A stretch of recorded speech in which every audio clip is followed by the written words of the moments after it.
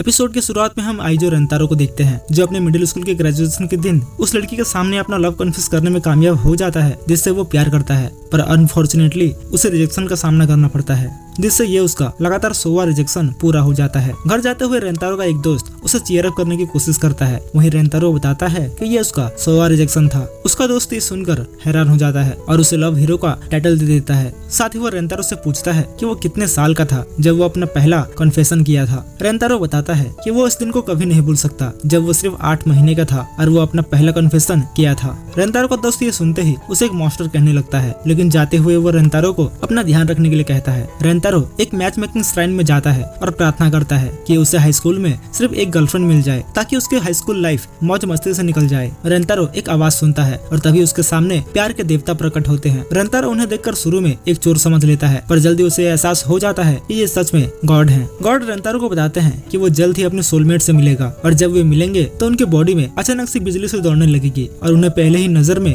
प्यार हो जाएगा। वो उसे बताते हैं कि वो पूरे 100 लड़कियों से मिलेगा और सभी उसके सोलमेट्स होंगी। ये सुनते ही रेंतारो बहुत ही खुश हो जाता है, लेकिन वो गॉड से कहता है कि अगर ये बात झूठी निकली तो वो इस श्राइन को आग लगा देगा। 1 महीने बाद रेंतारो को एक हाई स्कूल में एडमिशन हो जाता है और अपने क्लासरूम की ओर जाते हुए रेंतारो 2 लड़कियों से टकरा जाता है और जैसे उनकी नजरें मिलती हैं तो उनकी बॉडी में बिजली से दौड़ने लगती है। रेंतारो सोचता है क्या यही मेरे सोलमेट्स हैं जिनके बारे में प्यार के देवता ने बताया था। रेंतारो उन दोनों को उठने में मदद करने के लिए अपना हाथ आगे बढ़ाता है और तभी दोनों में से एक लड़की अपने पैरों में मोच आने का नाटक करने लगती है और कहती है कि रेंतारो उसे उठाकर नर्सेस ऑफिस ले जाए। रेंतारो घबराने लगता है, पर वो उस लड़की की मदद करने के लिए आगे बढ़ता है, जिसे देखकर दूसरी लड़की भी अपने पैरों में मोच आने का नाटक करने लगती है। रेंतारो ये देखकर शॉक हो जाता है और उन्हें चोट पहुंचाने के लिए खुद को मारने लग जाता है। दोनों लड़कियां ये देखकर खड़ी हो जाती हैं और रेंतारो को रोकने की कोशिश करती हैं, लेकिन जब रेंतारो उन्हें ऐसे खड़ा देखता है और उन्हें मोच के बारे में पूछता है तो वो दोनों फिर से नीचे बैठ जाती हैं। रेंतारो दोनों को नर्सेस ऑफिस ले जा रहा होता है, लेकिन देखकर ऐसा लगता है कि दोनों रेंतारो को ले जा रही हैं। खैर, तीनों अपना अपना इंट्रोडक्शन देते हैं और पहली लड़की का नाम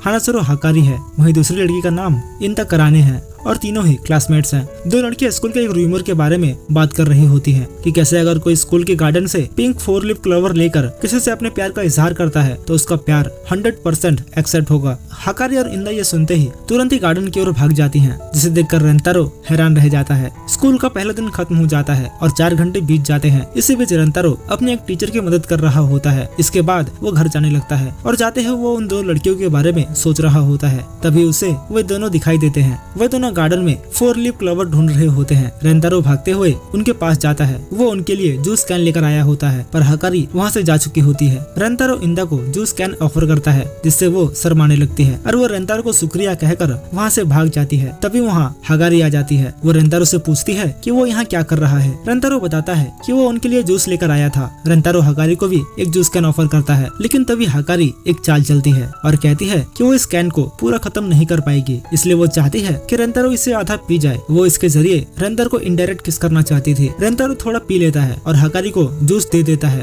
हाकारी जूस पीने के लिए आगे बढ़ती है। वहीं रेंतारो को एहसास होता है कि ये तो इनडायरेक्ट किस होगा। वो हाकारी को रोकते हुए उसका नाम पुकारता है, जिससे कैन नीचे गिर जाता है और हाकारी इससे निराश हो जाती है। रेंतारो उसकी मदद करने के लिए उसे एक रुमाल देता है और तभी हाकारी रेंतारो से अपने प्यार का इजहार करती है। रेंतारो ये सुनकर बहुत ही खुश हो जाता है, लेकिन तभी वहाँ इंदा आ जाती है और दोनों को इस तरह देखकर शौक हो जाती है। इंदा रेंतारो के लिए बहुत सारा कैन्स लेकर आई होती है और जब रेंतारो पूछता है कि ये सब क्या है तो वो बताती है कि वो उसे भी एक जूस कैन देना चाहती थी, लेकिन उसे पता नहीं था कि रेंतारो को कौन सा फ्लेवर पसंद है, इसलिए वो इतने सारे कैन्स ले आई। इंदा हाकारी पर चिल्लाने लगती है। वो कहती है कि वो उसे ऐसे चुनौती कैसे दे सकती है। हाकारी जानबूझकर अनजान बनने की कोशिश करती है। वो इंदा से कहती है कि उसे पता नहीं था कि वो भी रेंतारो को पसंद करती है। ये सुनकर इंदा शर्मा जाती है और वो भी रेंतारो से अपने प्यार का इजहार करती है। इंदा और हाकारी रेंतारो से कहती है कि वो उन दोनों में से किसी एक को चुने, पर रेंतारो फैसला नहीं कर पाता और कल तक का समय मांगता है। घर पर रेंतारो बहुत ही परेशान हो गया था ये सोचकर कि वो किसे चुने। वो श्राइन विजिट करता है जहाँ उसके सामने लव गॉड अपीयर होते हैं। वो बताते हैं कि हर इंसान के पास सिर्फ एक ही सोलमेट होता है, लेकिन जब वो रेंतारो के सोलमेट के बारे में लिख रहे थे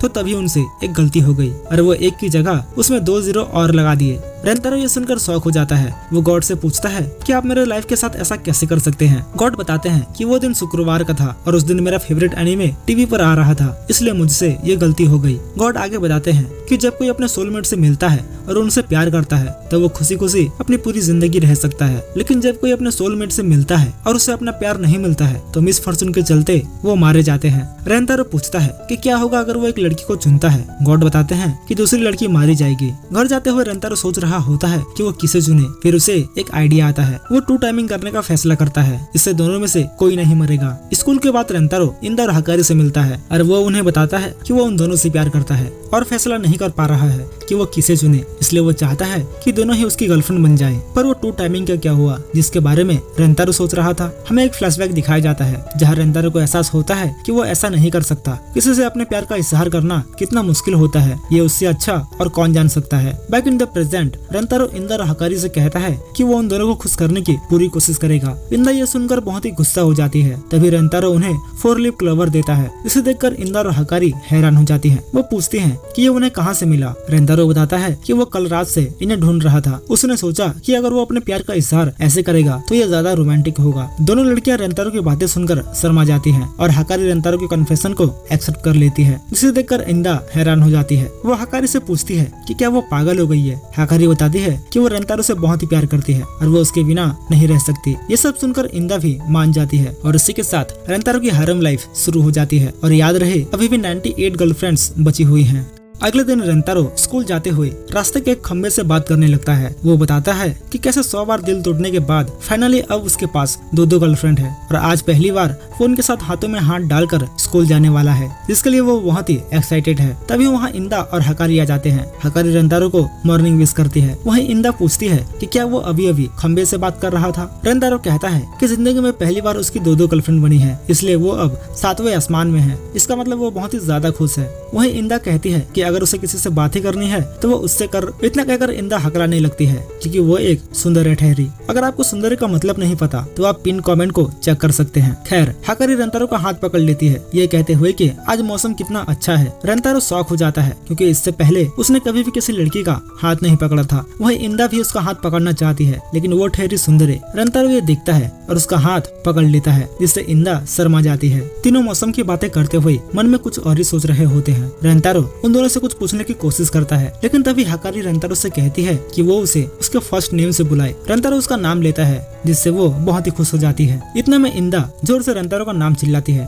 वो चाहती थी कि रेंतारो उसे भी फर्स्ट नेम से बुलाए, पर वो ठहरी सुंदरी। रेंतारो समझ जाता है और उसे भी उसके फर्स्ट नेम से बुलाता है, जिससे वो भी शर्मा जाती है। तीनों रास्ते भर एक दूसरे का नाम लेते हुए स्कूल पहुंच जाते हैं। रेंतारो देखता है कि वाइस प्रिंसिपल एक स्टूडेंट का पीछा कर रही है। हकारी बताती है कि कैसे वाइस प्रिंसिपल बहुत ही सख्त है। जो कोई भी स्कूल के नियमों को तोड़ता है तो वाइस प्रिंसिपल उसे मेंटल पनिशमेंट के तौर पर एक डीप किस देती है और उनसे बचना नामुमकिन है। हम देखते हैं कि वाइस प्रिंसिपल उस लड़की को पकड़ लेती हैं और उसे एक किस दे देती हैं। इससे प्रेरित होकर हकारी रेंतारो से पूछती है कि क्या उसने कभी किसी को किस किया है। रेंतारो नहीं कहता है, साथ ही वो कहता है कि तुम दोनों ही मेरी फर्स्ट गर्लफ्रेंड्स हो। ये सुनते ही हकारी और इंदा सोचने लगते हैं कि जो भी पहले रेंतारो को किस करेगा वो उसका फर्स्ट किस होगा और इसी के साथ दोनों की लव राइवलरी शुरू हो जाती है। लंच ब्रेक के दौरान तीनों स्कूल के छत पर लंच कर रहे होते हैं। हकारी रेंतारो को अपना बनाया एग रोल खिला रही होती है। वहीं इंदा भी रेंतारो के लिए कुछ कुकीज बनाकर लाई होती है। रेंतारो खाने के लिए अपना मुंह खोलता है। वहीं इंदा उसे खिलाने की कोशिश करती है, पर वो उसके आंखों में ठूस देती है। दोनों के हाथों से खाने के बाद रेंतारो बहुत ही खुश हो जाता है। इतने में हकारी एक चाल चलती है। वो खाने के लिए कुछ पोकी स्टिक्स लाई होती है, पर जानबूझकर पकड़ने वाले हिस्सों को तोड़ दी होती है। हकारी रेंतारो से कहती है कि वो उसे ये खिलाना चाहती है, लेकिन अगर वो इसे हाथों से पकड़ेगी तो ये गंदे हो जाएंगे। हकारी रेंतारो को मुंह खोलने के लिए कहती है और वो पोकी स्टिक्स को अपने मुंह में रखते हुए रेंतारो को खिलाने लगती है। रेंतारो ये देखकर शॉक हो जाता है। वही इंदा ये सब देखती है और सोचने लगती है कि अगर उसने जल्दी कुछ नहीं किया तो रेंतारो का पहला किस हकारी ले लेगी। इंदा भी एक स्टिक अपने मुंह में रखते हुए रेंतारो की ओर बढ़ती है, पर वो उसके आंखों में घुसा देती है। तभी इंदा की बालों की वजह से रेंतारो को छींक आती है और दोनों का स्टिक टूट जाता है और हकारी निराश हो जाती है। इंदा देखती है कि रेंतारो की आंखें लाल दिख रही है और इससे पहले कि वो कुछ कहे इंदा रेंतारो को पकड़ लेती है और कहती है कि अगर उसे कोई सर्दी या बुखार हो गया है तो वो उसे किस करके उसे दे दे। वो किस करने के लिए आगे बढ़ती है। तभी हकारी बीच में आ जाती है। वो कहती है कि अगर रेंतारो को बुखार है तो पहले उसका टेम्परेचर चेक करना होगा। वो बताती है कि हमारे यहाँ दोनों के फोरहेड्स को टच करके टेम्परेचर चेक किया जाता है। तभी इंदा दोनों को रोकते हुए रेंतारो को ऊपर चढ़ जाती है और तभी हाकारी इंदा पर अपने मूवीज से हमला करती है और दोनों बैटल मोड पर आ जाते हैं। रेंतारो को एहसास होता है कि ये दोनों उसे किस करने की कोशिश कर रहे हैं। रेंतारो बताता है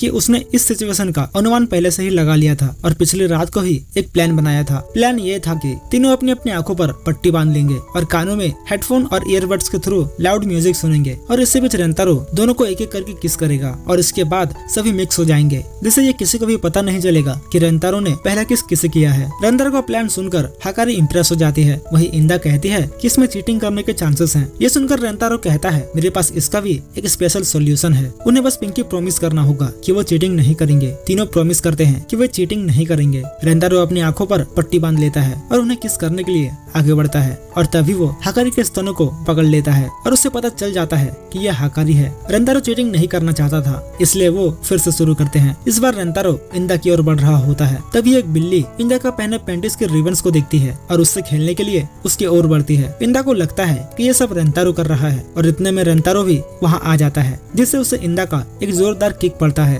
और वे फिर से शुरू करते हैं। पर हर बार यही होता है और ये प्लान भी फेल हो जाता है, क्योंकि रेंतारो ये पहचानने में सफल हो जाता है कि वो किस लड़की को किस करने वाला है, या फिर माहौल के कारण इंदा घबरा जाती है। दोनों लड़कियां फिर से झगड़ने लगती हैं। वही रेंतारो फ्रस्ट्रेट होकर वहाँ से भाग जाता है, ये कहते हुए कि वो एक यूजलेस बॉयफ्रेंड है। रेंतारो छत से भागकर स्कूल के हॉल में आ जाता है। वो वाइस प्रिंसिपल को चिल्लाते हुए बुलाने लगता है ताकि वो उसका फर्स्ट किस ले सके। वाइस प्रिंसिपल वहाँ पहुँच जाती है और रेंतारो को हॉलवे में भागते हुए देख उसका पीछा करती है और उसे पकड़ लेते हैं। वाइस प्रिंसिपल रेंतारो को किस करने वाली होती है, लेकिन तभी वहाँ इंदा आ जाती है और वाइस प्रिंसिपल का गला पकड़ लेती है। वही हाकारी बोर्ड ऑफ एजुकेशन के एक मेंबर को बुलाने का नाटक करती है, जिससे डर कर वाइस प्रिंसिपल वहाँ से भाग जाती है। हाकारी रेंतारो से पूछती है कि उसने ऐसा क्यों किया, जिस पर वो कहता है कि वो चाहता है कि वे तीनों एक साथ रहें, लेकिन दोनों फर्स्ट किस को लेकर झगड़ रहे थे, इसलिए उसने ऐसा किया। ये सुनने के बाद दोनों कहते हैं तुम्हारे फर्स्ट किस को ऐसा वेस्ट करने से अच्छा तुम हम दोनों में से किसी को भी किस कर लो। ये सुनने के बाद रेंतारो खुश हो जाता है और दोनों को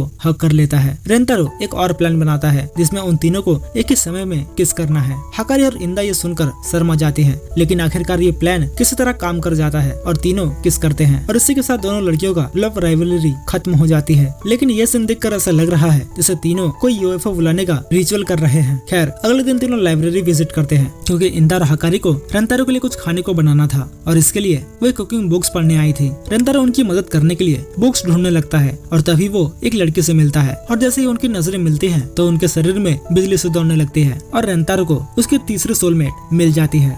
रेंतारो सोचता है ये शौक बिल्कुल वैसा ही था जैसा उसे तब लगा था जब वो इंदा और हाकारी से मिला था। शिजुका योशिमोतो एक स्टूडेंट होने के साथ ही साथ एक लाइब्रेरी स्टाफ मेंबर भी है और वो भी उसी बुक के लिए अपना हाथ बढ़ा रही थी जिसे रेंतारो पिक करने वाला था। शिजुका खुद को इंट्रोड्यूस करने के लिए अपने फेवरेट बुक का इस्तेमाल करते हैं। वो बुक के कुछ लाइनों की ओर इशारा करती है जिसमें लिखा था कि वो इस भूमि पर शासन करती है। रेंतारो कुछ समझ नहीं पाता। वो बातचीत करने के लिए बुक के इस्तेमाल को एक संकेत के रूप में मान लेता है कि उसे लाइब्रेरी में बात नहीं करना चाहिए और वो तुरंत बातचीत करने के लिए अपने हाथों के इशारों का इस्तेमाल करने लगता है, जिससे शिजुका कंफ्यूज हो जाती है। वो बुक का इस्तेमाल करते हुए रेंतारो से कहती है कि वो बात करने में कमजोर है। वो रेंतारो की मदद करने के लिए किसी और को बुलाने जा रही होती है, पर रेंतारो उसे रोक लेता है। वो पूछता है कि क्या वो एक रोमांस नोवेल ढूंढने में उसकी मदद करेगी। शिजुका खुश हो जाती है और हाँ कहती है। वो लाइब्रेरी में दर्जनों अलग अलग रोमांस नोवेल ढूंढती है और रेंतारो को रिकमेंड करती है। रेंतारो उसकी मेहनत को देख सभी बुक्स को लेने का फैसला करता है, लेकिन लाइब्रेरी कार्ड न होने के कारण वो चाहकर भी उनमें से एक को भी नहीं ले पाता। शिजुका रेंतारो को अपनी बुक देने का फैसला करती है और अपनी स्टूडेंट आईडी दिखाकर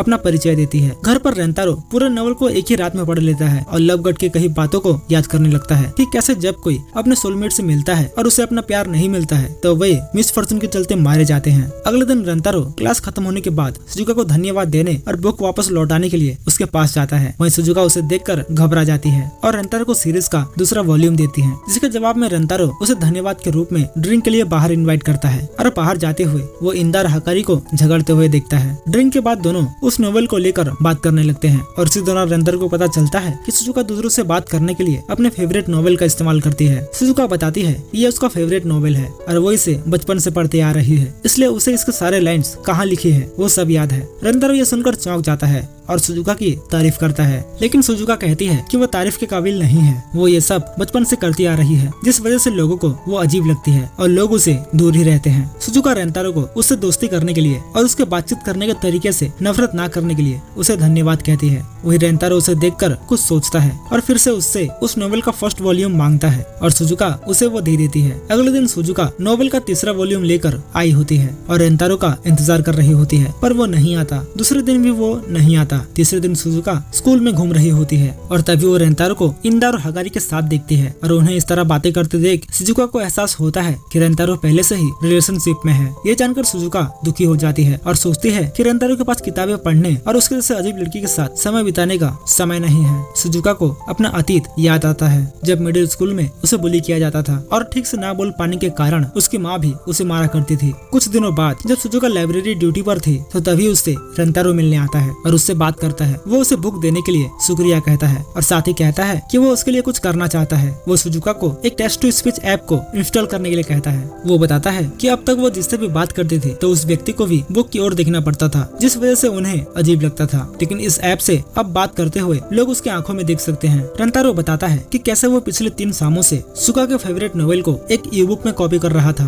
ताकि सुजुका इस ऐप के जरिए लोगों से आसानी से बात कर सके। सुजुका रेंतारो से कहता है कि वो कुछ कहने की कोशिश करे, जिस पर सुजुका ये कहकर जवाब देती है कि वो उससे प्यार करती है। सुजुका रोने लगती है, ये कहते हुए कि वो जानते हैं कि रेंतारो पहले से ही किसी और से प्यार करता है। वही रेंतारो को एहसास होता है कि वो भी सुजुका से प्यार करता है, इसलिए नहीं कि वो उसके सोलमेट है या वो उसे मिसफॉर्चून से बचा रहा है, वो सच में उससे प्यार करता है। रेंतारो कहता है कि वो भी उससे प्यार करता है। वही सुजुका कहती है कि हमारी किस्मत में साथ होना नहीं लिखा है, जिस पर रेंतारो कहता है हम साथ मिलकर हमारी किस्मत का सामना करेंगे। सीन चेंज होता है और हम रेंतारो को देखते हैं जो कि इंदा और हकारी से पूछता है कि क्या वे सुजुका को उसकी नई गर्लफ्रेंड के रूप में स्वीकार करेंगे। इंदा ये सुनकर बहुत ही गुस्सा हो जाती है और कहती है कि क्या उसका दिमाग ठिकाने पर है। सुजुका बहुत ही डरी हुई थी। वहीं हकारी ये सुनकर रोने लगती है, पर वो मान जाती है। रेंतारो कसम खाता है कि वो उन तीनों से एक समान प्यार करेगा और अगर उन्हें कभी ऐसा लगता है कि वो अपने वादे पर खरा नहीं उतर रहा है तो वो सेपुकु परफॉर्म करेगा। रेंतारो बताता है कि वो एक नाइफ भी ऑर्डर कर चुका है और इसी के साथ ये लव ट्रायंगल एक रेक्टेंगल में बदल जाता है। तो दोस्तों आपको क्या लगता है, क्या रेंतारो अपने वादे पर खरा उतर पाएगा या फिर वो सेपुकु परफॉर्म करेगा? देखते हैं अगले एपिसोड में। तो दोस्तों आपको ये वीडियो कैसी लगी नीचे कमेंट में जरूर बताइएगा और वीडियो को एक लाइक करके अपने दोस्तों के साथ शेयर जरूर से करिएगा और इस वीडियो का अगला एपिसोड देखने के लिए हमारे चैनल को सब्सक्राइब करके